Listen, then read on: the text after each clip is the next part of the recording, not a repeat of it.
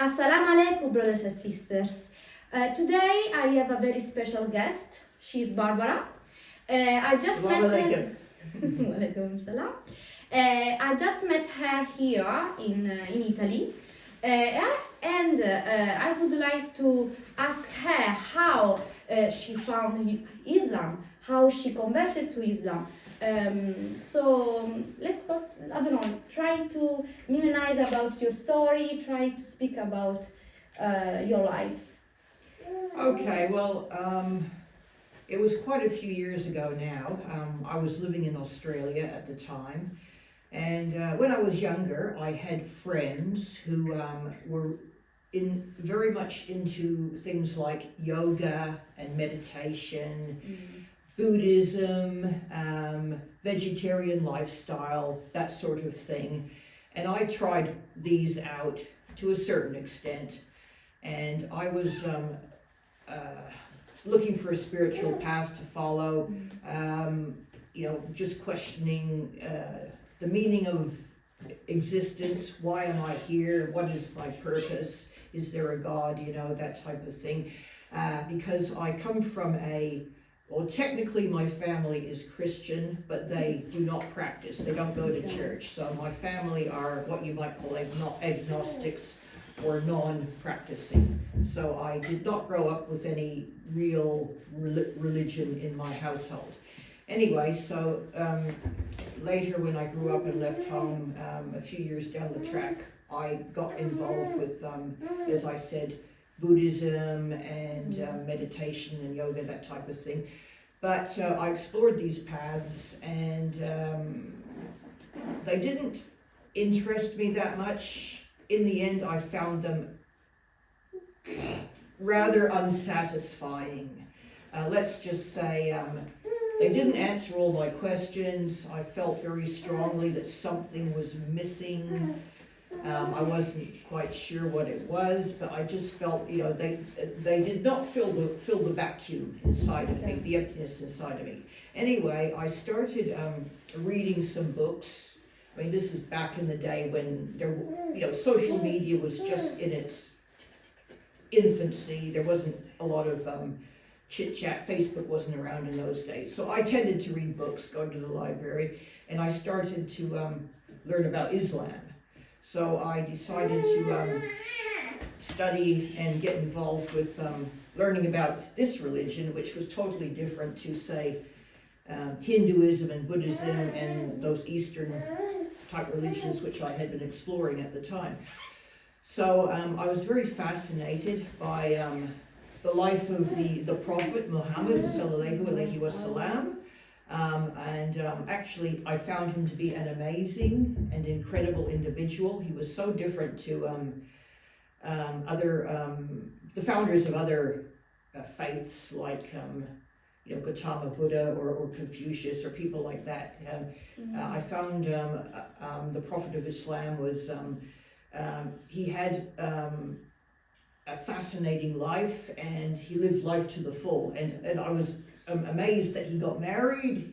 He had families. He had children. He had a few wives, and he had all these people around him.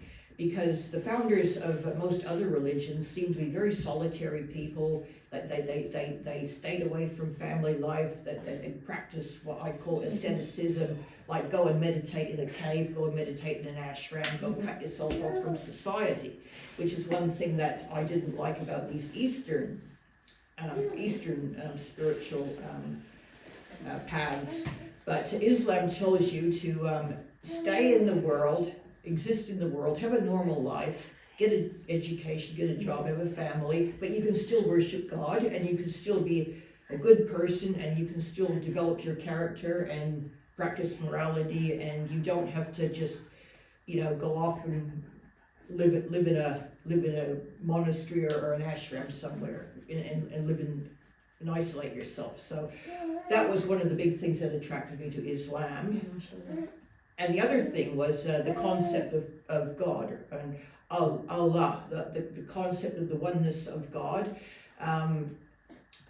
because I found that the alternative paths which I had studied, either had some very strange concepts of God, some very confusing concepts. I mean, you're all familiar with the Christian Trinity.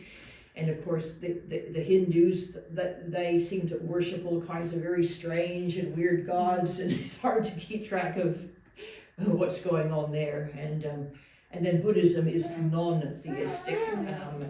There's no Godhead in Buddhism, so that they were unable to explain. Well, how did we get here? You know, how did the world come into existence, the universe come into existence if there's no Godhead?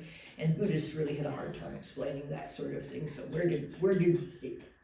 where does everything that exists come about if there's no creator? Didn't make sense. So anyway, so yes, so the character and personality of the Prophet Muhammad sallallahu alaihi wasallam, that was a big draw card. The Islamic concept of God, all the attributes of Allah, the beautiful names of Allah. And you can get and study it so in depth. It's an intellectual exercise if you really want to get in depth into studying the Islamic concept of God. It's almost like higher mathematics, you know, like algebra or something, which I believe the Arabs invented anyway. And so that got me.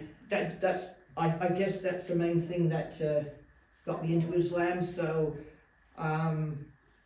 I started going, meeting up with some Muslims at the local mosques in Australia. I started to go along, and gradually, bit by bit, I started to practice, learn the prayers, learn the salat. I fasted for my first Ramadan, and that was quite an experience. So from Australia, it is happening. Okay. So anyway.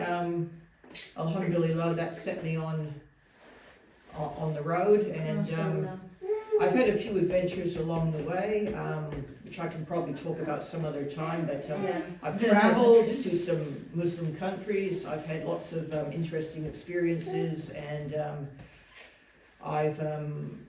I'm still trying to acquire knowledge and learn more about Islam, and it's really a lifetime of study. You never stop learning. You never stop. It's got so much depth and so much profundity. And I'll just point out here that one aspect of Islam which amazed me that I never expected to find is look, the Western world thinks that. They invented psychology. In the early 20th century, you've probably heard of Sigmund Freud, you've probably heard of Carl Jung, and people like that. And so that was the very early 20th century, just over 100 years ago, when psychology came along in the Western world, and I thought that was our discovery. But once I started to read the Quran and learn about the concept of, especially Iblis, I started to see, here's a perfect description of a narcissistic personality. The original narcissist, you might say, was Iblis, because of his arrogance and his pride and his refusal to bow to Adam. And he was questioning Allah, And when you read the ayats in the Quran, when you read the Sunnah and all the different types of people it talks about in all these different situations, I suddenly realized that Islam actually was expressing psychology 1400 years ago, long before the West. Long before the West came up with this idea, long before the West. And the idea of your intentions. Your intentions is very, very important. It's not just your deeds. You see, in the Christian faith, it's more to do with, obviously you're encouraged to do good deeds, but the idea of your intentions, that's not emphasized so much in the Christian faith, at least not as far as I'm aware. But in Islam, it talks very much about what is in your heart, what is inside of you, and what your motives are.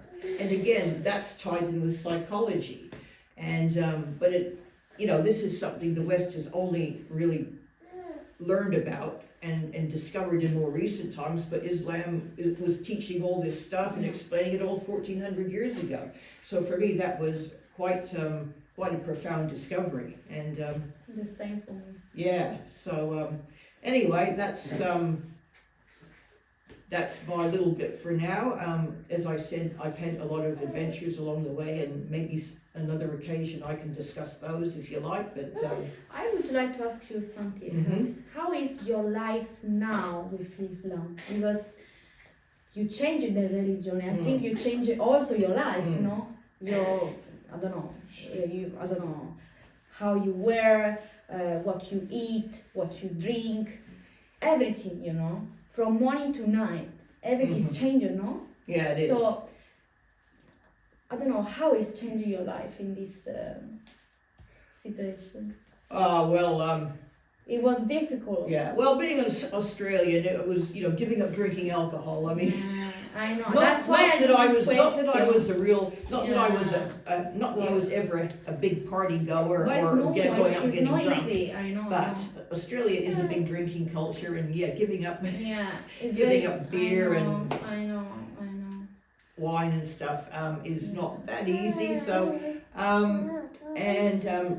learning to pray, but well, obviously having to learn the Arabic in order to make salat and doing it five times a day. That was very difficult in the beginning. As I said, I grew up in a non-religious family where Christians usually only pray when they go to church on Sunday. They might pray a bit at home if they feel like it, if they're in the mood, but it's not compulsory. So praying on a regular basis is not emphasized so much in the Christian faith. Particularly in the Protestant church, which was my family background. So it's like you go to church on a Sunday. That's where you worship God, if you are practicing that, you know. But with Islam, you have to pray every day, and you got 5 times a day, and you do extra on top of that. So that was quite a lot to handle, quite a lot. And then when I fasted in Ramadan, that actually, I wasn't sure how I would handle that, but it turned out to be not as difficult as I expected. How was your first Ramadan? Oh, it was... the first Ramadan, I think, for everyone is very difficult. Yeah, I suppose, doing without food wasn't so hard. Probably going without drinking any water, drinking any liquids, because I think it was the summertime when I converted. It was pretty hot, so the weather was hot, so it was a bit hard going without drinking, getting a bit dehydrated. But other than that, it was very transforming and uplifting in a strange kind of way. And doing it with around other people, and I think also the communal spirit of having all these other people around me who are all fasting, and of course at the end of the day you look forward to breaking the fast and everybody's sitting down and having the iftari, and that was just a beautiful experience with Ramadan. Just being together, and it's with people, and just everybody's sort of praising Allah and doing it in this amazing sort of way. So in that time you work like during work you did the Ramadan, or you was free at that time? I was free. I wasn't working at the time. Yeah, so that wasn't the problem. Yeah, it was easy for me. Because when I started to do the first Ramadan, I worked in the kitchen. Oh, okay. It was hot. Oh, goodness me. For me, it was very hard. I cried a lot. That'd be torture. Yeah. It was very, very. Imagine I'm working in the kitchen, so you touch food, you smell food. Yeah. The kitchen's very hot, so for me it was very trying. Very trying. Yeah. Okay, Barbara, thank you very much for to speak with me and for to explain all your life for everyone.